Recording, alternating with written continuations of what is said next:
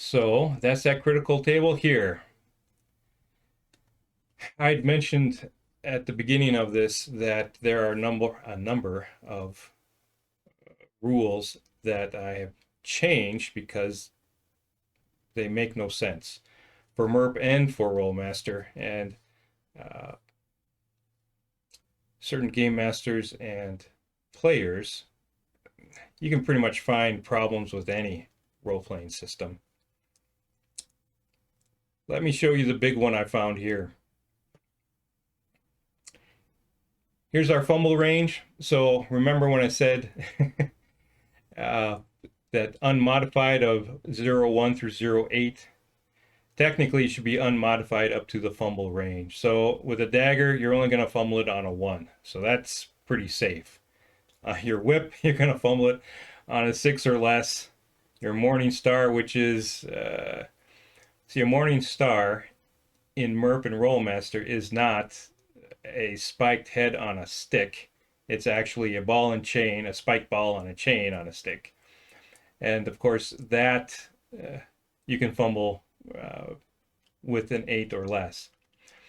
So in this instance, for all these fumbles that happen less than 6, technically you could roll a 5, not fumble, and, well, it says unmodified. Well, depending upon how you want to play the rules, since it's an open-ended roll, if you roll a 95 or higher, and then you roll again to attack, if you don't fumble, you could roll again and just have that subtracted. Now, you might think, well,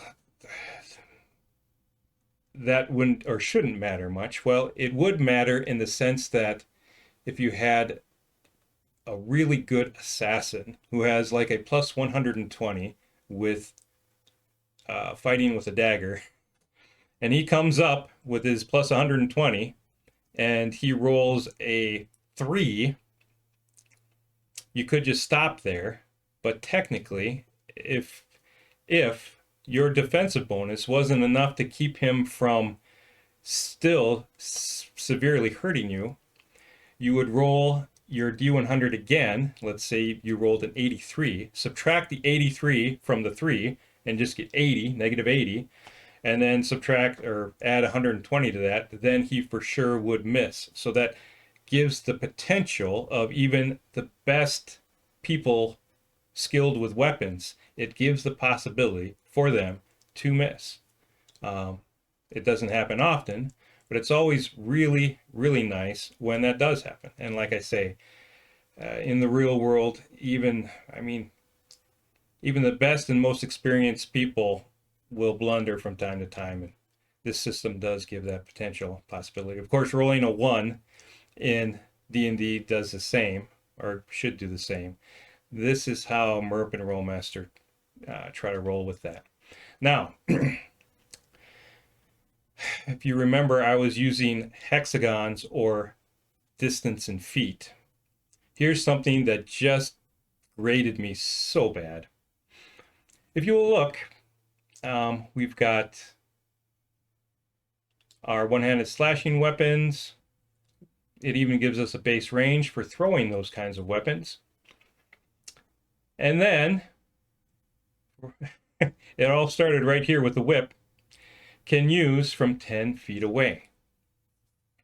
Okay, I'd love to be in a situation where, like in a tavern, there's some fighting happening and there's a bad guy on the other side of a table, and I want to be able to attack that guy with my whip, and they can't attack me back because they have a dagger or whatever.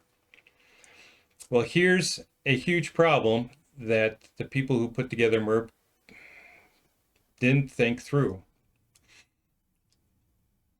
All of their maps show each hexagon as 10 feet.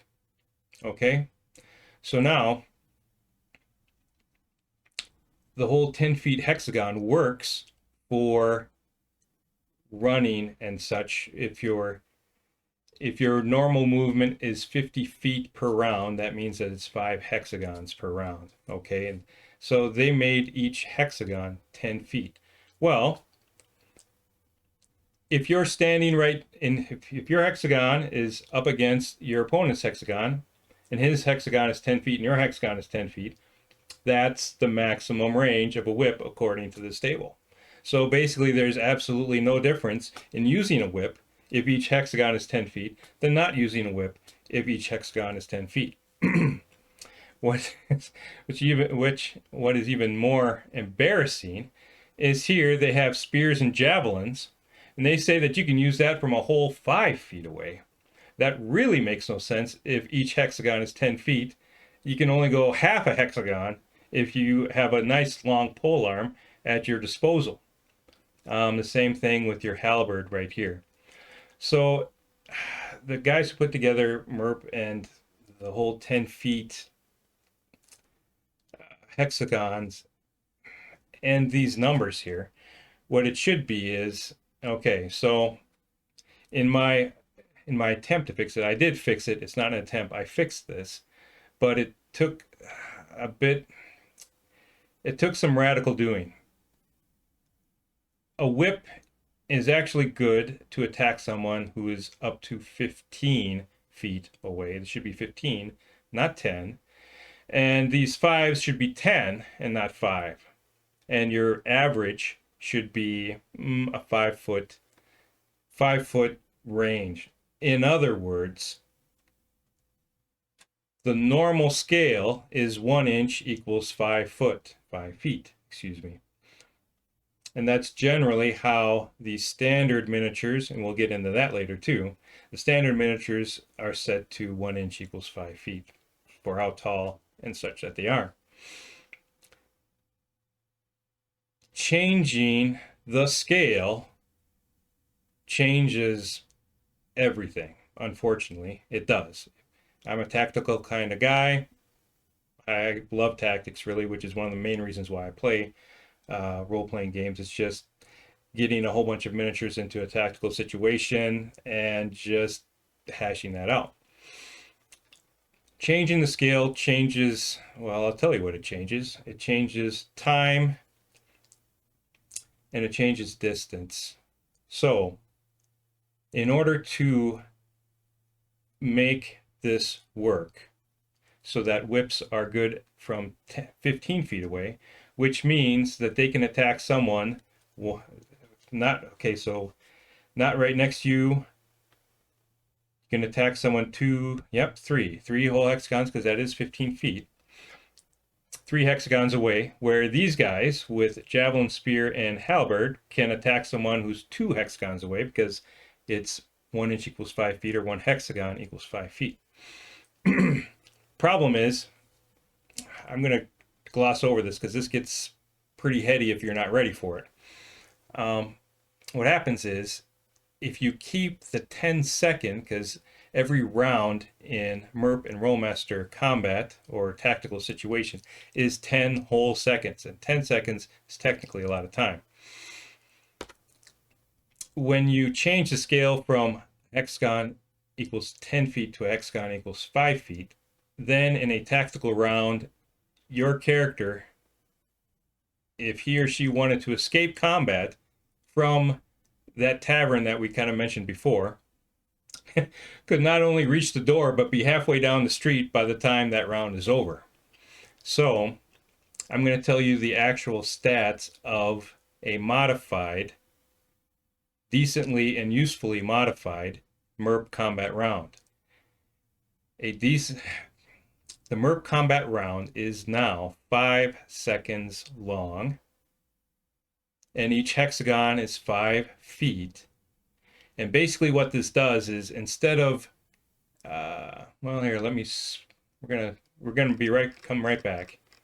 Instead of this equaling 10 feet, what it does is it actually equals, you just drop the 0, 1 hexagon, and it works just fine. So instead of 50 feet being the normal amount of travel that a normal person has, instead of 50 feet, it's 5 hexagons, which is 25 feet. But it's nice in the sense that you can still basically keep these numbers. You just drop the 0 and turn that into hexagons instead of feet, and it works out just fine. So that's nice. So it works, and it works with the scale of miniatures and so on and so forth. And then now, if you have a whip, even though you don't necessarily can't dish out as much damage as you might like, you can attack people from 15 or 3 whole hexagons away. And with spears and such, you can attack from 10 or 2 hexagons away. All right. Remember when I said that MERP was just savage for just dealing out death and destruction with the criticals and such, especially. In MERP, you also, some weapons not only give a primary critical strike, but a secondary critical as well. So not only can you deliver 1 critical, that's death and destruction, but you can possibly do 2. Which, like I say, it's savage. When the fighting happens in MERP, it can get really savage. And how the primary and secondary criticals work is this. If you score a critical that is a C critical or higher, and your weapon has a secondary critical listed, so if you're with your halberd, if you deal a C critical, you'll deal an A puncture critical. If you do a D, this will be a B, and if you do an E, this will be a C. Otherwise, if this is an A or B, no secondary critical happens. That's why with the whip, which is interesting, you'll see that the whip actually does have a secondary critical, but it's maxed out at A because the grappling critical is maxed out at C. And the dagger, it's interesting, I didn't really notice this before, maxes out at a C puncture. That's interesting. I didn't realize that. That's cool. Sling, I knew this though, that the sling's critical maxes out at a D and not an E. Okay. So that covers that. And here's the ranges. Oh, well, actually, there's a little bit more to cover here. I tell you, D&D has this nice where I know characters that can make 2 attacks with their bow in 1 turn. In MERP and Rollmaster, they say you can only make 1. And then you can reload at 0. So in other words, you can shoot. MERP and Rollmaster want people who are exceptionally skilled with bows to fire an arrow 1 round, take 1 round to load and aim, and then on the next round after that, then fire at your full offensive bonus, which I think is ridiculous. I do. They kind of cover for that by allowing the character to do a reload. So to fire, okay, after the first round you fire, you can reload at 0 for negative 25 to your offensive bonus. So you can fire every round, but you're going to be firing at a negative 25 to your offensive bonus at any of those rounds. I mean, if you keep firing every round, you have to factor in that negative to your offensive bonus. It's different from composite bows to long bows to short bows. So short bow, you're not doing quite as much damage per se. Well, actually, technically you are. It's just your range is a bit shorter. But at least you're not paying so much for your negative per round. I don't like it, but we've accepted that rule and we run with it. Yeah, here it talks about the primary critical and secondary critical. Like I mentioned, these numbers given are what they call the base range. So for The base range maximum for longbow is 100 feet. You can shoot up to 400 feet right here. So if you want zero, short range, which is 0 to the offensive bonus, like was 60 for the short bow. So anything from 1 to 60 is, there's no negative due to range for that range. You take that times 2, then you start adding on negatives to the offensive bonus due to range. So your longbow can reach out there quite a ways, but you're going to be working with a pretty hefty negative to get your arrow out to that distance with any accuracy. Boy, was that easy or what?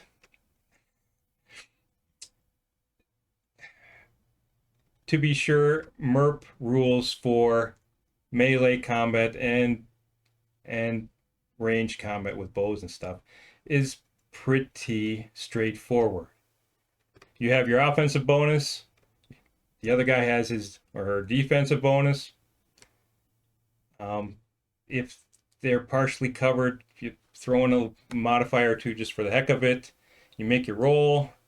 Well, let's go to the table. You make your roll and see how well or not well you hit your opponent. Pretty straightforward. We're going to the next section, which starts in spells, which is more complicated. Just it's the way it is. It makes sense. I have to admit, it does make sense. After you learn and understand how they're trying to do the system, it makes sense, and you can appreciate it. I can appreciate it for sure. I do like how it works because it makes, well, like I say, it makes sense. It makes sense to me anyway.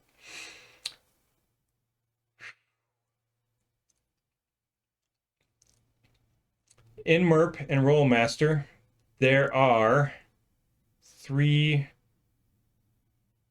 categories of spells. 3 categories of spells. You have your base attack spells, which there's a table for it right there. You have your elemental attack spells, which are basically it covers all of your fire bolts and stuff like that, but it also will cover any directed spell, because there are some spells where you can throw rocks at speeds that'll hurt people and stuff like that. So any spell that's directed that cannot be resisted. Okay, so your base spells here are ones that can be resisted. Your elemental spells, which are not, you don't roll a resistance roll, you basically do it like an attack or a ranged attack. And then you have your non-attack spells. Okay, with that being said, here is the base spells attack table. Now I like how MERP and Rollmaster do this, because similar to how the attacks are done with your weapon, depending upon your roll with a weapon, depends upon how well or not well you hit your opponent. The same thing here. When a spellcaster casts a spell in MERP or Rollmaster, they look up their results on the base spells attack table. Now, I hate to say this, but we're not actually going to be using this base spells attack table. But for understanding how spells work in Rollmaster and MERP, I'm going to show you guys what it looks like and how it works using this table. So, with one roll, casting a spell in MERP and Rollmaster, you will find out whether you fail, the spell fails, or, since I said base spells are spells that are resistible, not irresistible, like some gals are, but resistible. There, if the roll does not come off that well, it will be easier for the target to resist. So this plus is a bonus that the defender has in resisting the spell that was cast, up to a point where it evens out, where there's no bonus to his or her resistance, to where the spell was cast really well and there is a negative to the defender's resistance roll, so that it makes it much harder for that person to resist the spell.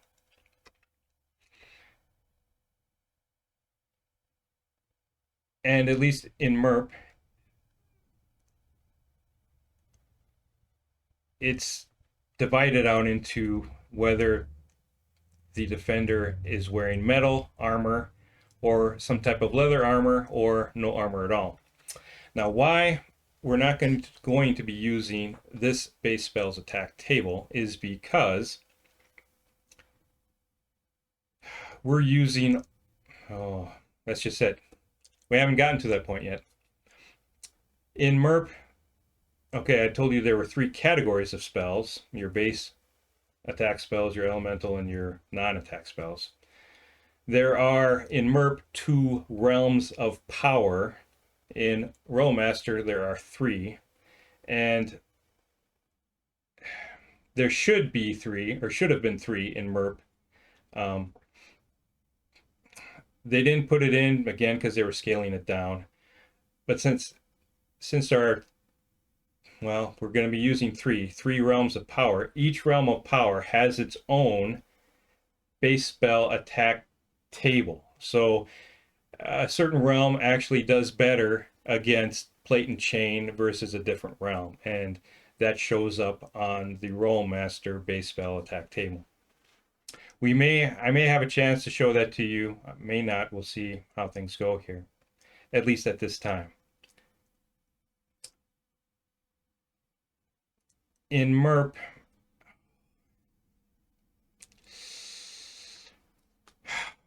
okay, one of the things I don't like about Middle-earth role-playing and Rolemaster is they make life tough for spellcasters. They just do. They just do, in a number of ways. But one of the I want to say one of the ways that's a bit more upfront in your face when you're spellcasting is MERP especially requires that you take 2 rounds to prepare your spell, and on the 3rd round you cast your spell instantaneous, or it happens at the very beginning of the round. So the other thing okay, there's kind of, I was going to say kind of a fix to that. The other thing that I don't like, and anybody who's looked at the Rolemaster and Middle-earth role-playing systems spell-wise have complained about, is that at level 1, there are no attack spells for any profession. In fact, the best that you could do as a mage is to boil water. So at level 1, if some enemy comes up to attack you, your best hope is to brew him the best cup of tea with your boiling water skill and serve it to him and hope that he doesn't beat the crap out of you. Okay? So at level 1, the spells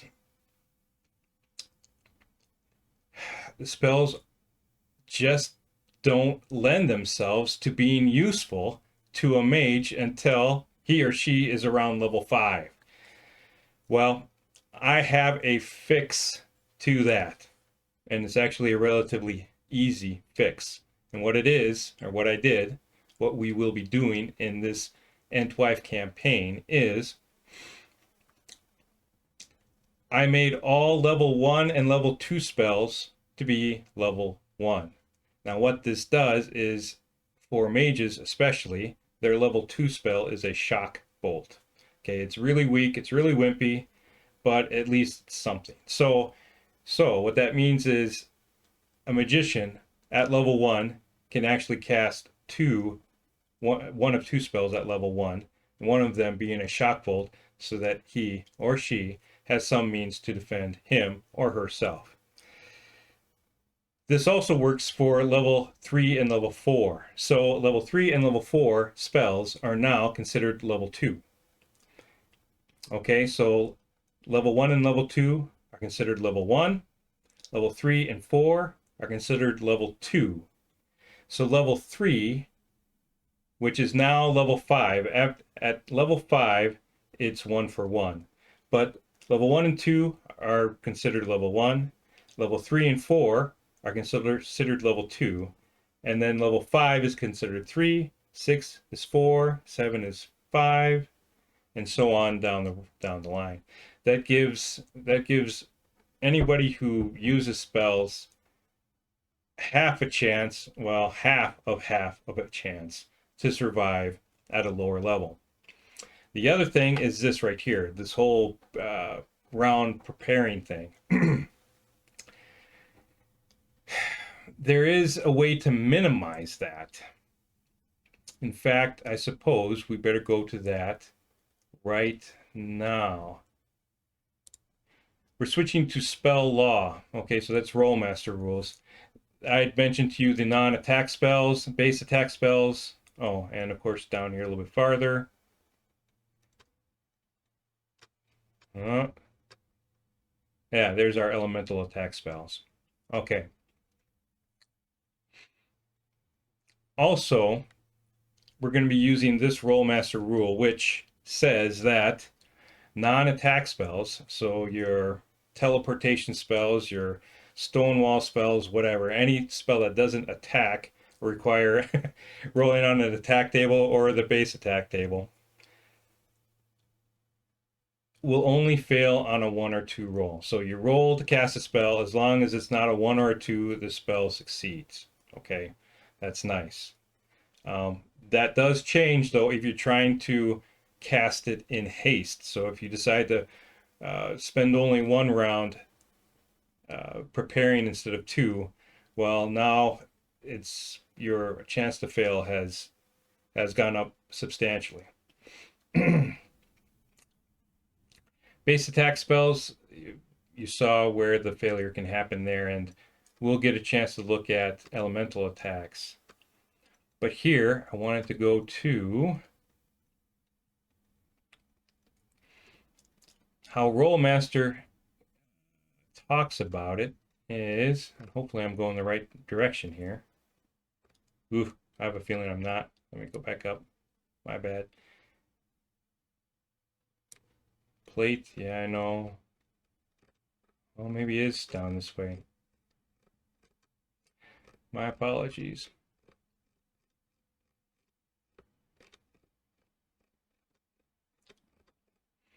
How Rolemaster addresses it is by calling them, yeah, come on. Oh, it is up there. What the heck? Sorry about that, guys. I'm looking for classes. Call class 1, class 2, class 3, and I bet you it's going to be, yep, right here. Okay. Class 3 spells, class 2, class 1. This rule is not spoken of or covered in MERP, but it makes sense, and it's in the Rolemaster rules, and that's what we're going to do. So it's bad. It makes it easier for a spellcaster to breathe a bit more easily the higher the level that this spellcaster is. So class 3 spells are those spells that require 3 rounds to cast, 2 rounds to prepare, and then cast on the third round.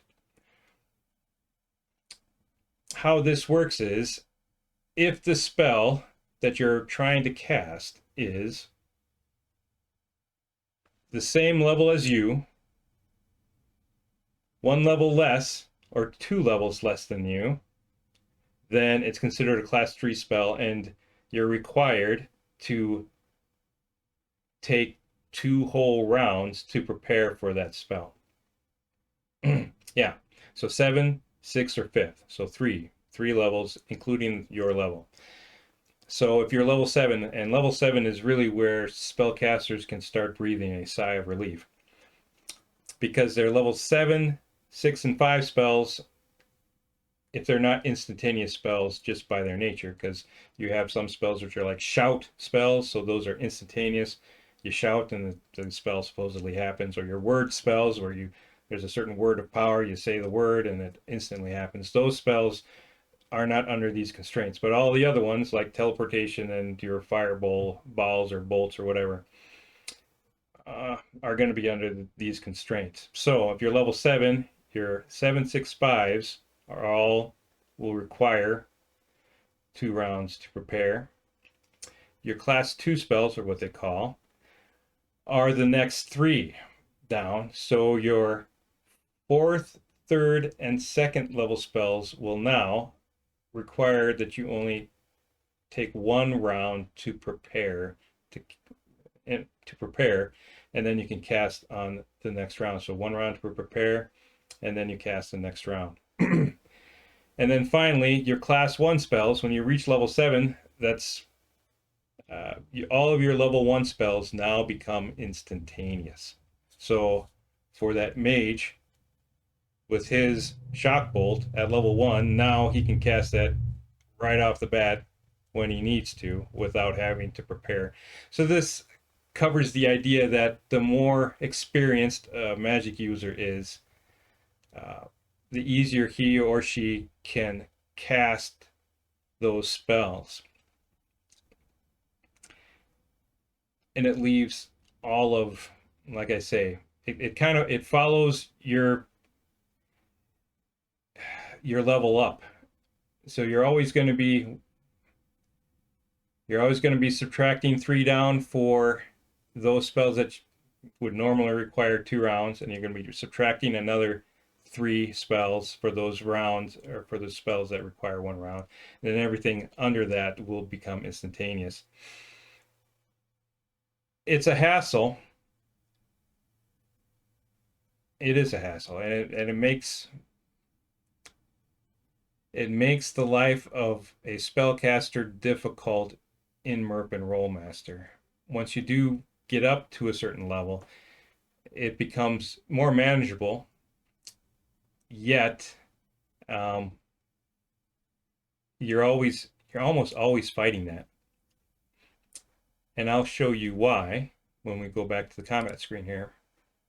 Because this is the base spells attack table, where you always hope that you can roll and get a high enough roll to where your target is having to try harder to resist. Here is the resistance table.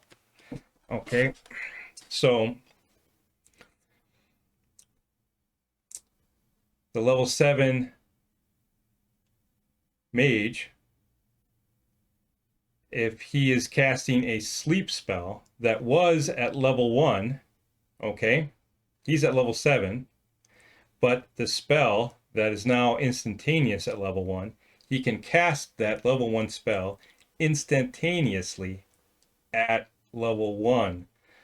And unfortunately, though, that is where it will be resisted as. So if his target is level 10, this is not good. All he has to do is roll over a 15 out of a D100, and he successfully shrugs off the spell.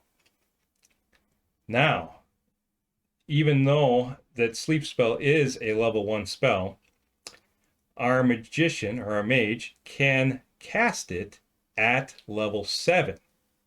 But then, you guessed it, at level 7, that means it becomes a class 3 spell, and he needs to cast it at level 7, he needs to prepare 2 rounds and then cast it on the 3rd round at level 7, not at level 1. And so that's where you're almost always constantly working with and tussling with having to prepare or trying to get around preparing for spells just to get things done fast enough so that you don't get yourself beat up by your enemies. And of course, like I say, it does help if when the spell is cast that there's a nice negative modifier, like a -40 would be really handy. It'd make this 15 into a 55. That's a decent chance for a level 10 enemy to succumb to a sleep spell or whatever might be in the wing. So that's how base spells work, or spells that require resistance rolls work in MERP and Rollmaster. Here are our elemental attack spells. So we still have the ability to fail above a 2, which is for non-attack spells, but here up to 4, actually even up to 8 depending. For ball spells.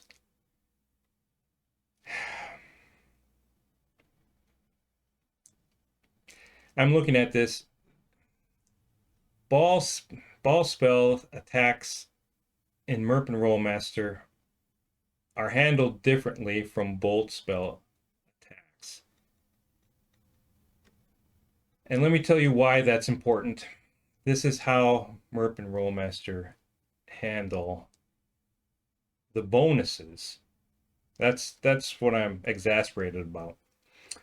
For bolt spell attacks, and of course here's maximum results for shock bolts, maximum for water, ice, here's fire and lightning down here. So you can really do some hefty damage. And you'll notice that this is the bolt attack table, looks a lot like the attack table of a weapon. So it goes all the way up to 150. That's because there is a skill called directed spells for magic users. And that's the bonus that magic users use when they shoot a bolt of lightning or whatever. And then, of course, the subtraction for the defender's defensive bonus, blah, blah, blah, blah, blah. That's all well and good. And that works just fine, just like the attacks with other weapons. The ball spell attack table is different. So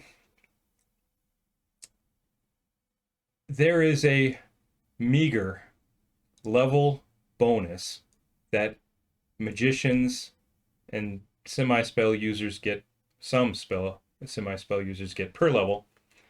It's either going to be +1 per level or +2 per level. So our level 7 mage gets +2 per level, so that's +14. +14 is what he or she would get to add to the roll on this table. Okay, 14 at level 7. Okay, and what's interesting is that if it gets too far away, you're going to be socked up with just outrageous negatives to that ball attack roll. It's just ridiculous. Sure, it's a little damage starts sooner or at a lower number for the ball attack table, or on this ball attack table. Yet the bonus is just, I get frustrated with the fireball and cold ball attack tables because of that. You're almost starting off at a negative unless you go into extra rounds preparing the spell. So you're required to take 2 rounds to prepare, but if you decide to prepare extra rounds, you can actually get a sizable bonus. Well, on the ball spell attack table, a sizable bonus. +20, +20 will at least get you up to here, and then you can just hope for the best on your roll. So I wanted to bring that to you guys' attention. The bolt elemental attack spells are handled much like a missile attack spell on the missile attack table. The ball spells is handled differently. Oh, one thing to note is that same +2 per level that's added to this ball's spell attack table is also added to the base spells attack table. So there's a meager, and it definitely seems and is meager, bonus that continues to creep up as a magician or a magic user levels up. But it is pretty small. It does make a difference. Again, at level 10, that's going to be +20 because it's +2 per level. And eventually, it's going to add up. The higher the level the magician or the magic user, it definitely will create then a very powerful magic user, but it takes a long time, and yeah, there's a lot of pain and agony up to that point. Yeah, and don't try to throw your fireball too far away, otherwise your negative is just going to be staggering. The chance of you failing because of the negatives is going to be there. MERP and Rollmaster are just really mean to spell casters.